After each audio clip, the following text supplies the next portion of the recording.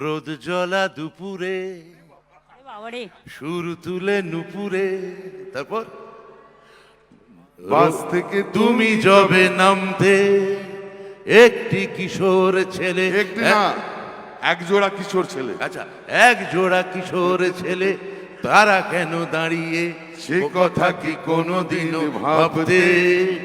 মনে পড়ে রুবি রায় কবিতায় তোমাকে একদিন কত করে ডেকেছি। আজ হয় রুবি রায় ডেকে বলো আমাকে তোমাকে কোথায় যেন দেখেছি।